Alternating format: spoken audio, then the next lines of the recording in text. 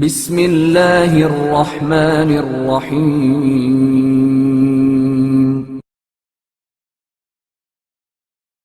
گناہوں کی بخشش اور حسنین علیہم السلام کی شفاعت۔ رسول خدا صلی اللہ علیہ وآلہ وسلم کا زمانہ تھا۔ حضرت امام حسن اور حسین علیہم السلام بچے تھے۔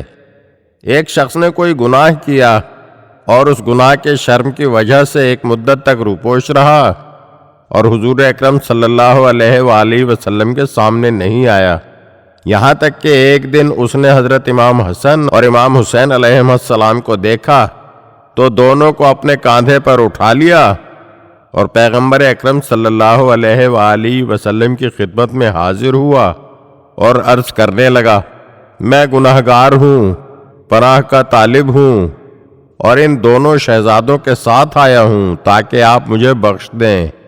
رسول اکرم صلی اللہ علیہ وآلہ وسلم نے جب یہ منظر دیکھا تو مسکرا دیے۔ اس کے بعد اس شخص سے فرمایا، جاؤ تم آزاد ہو۔ ساتھ ہی حسن و حسین علیہ السلام سے فرمایا، اس شخص نے اپنے گناہ بخشوانے کے لیے آپ دونوں کو اپنا شفیع بنایا تھا۔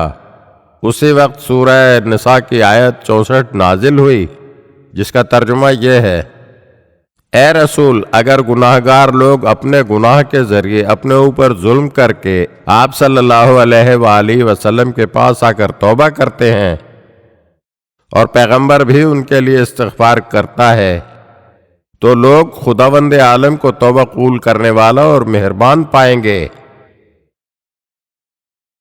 اگر آپ ہمارے چینل کی نئی ویڈیوز دیکھنا چاہتے ہیں تو ہمارے چینل کو سبسکرائب کریں اور گھنٹی کے بٹن کو دبائیے تاکہ ہر آنے والی ویڈیو آپ کو جلد موصول ہو سکے، اور ہاں، لائک اور شیئر ضرور کیجیے اور اپنے قیمتی کمنٹ سے ہمیں آگاہ کیجیے۔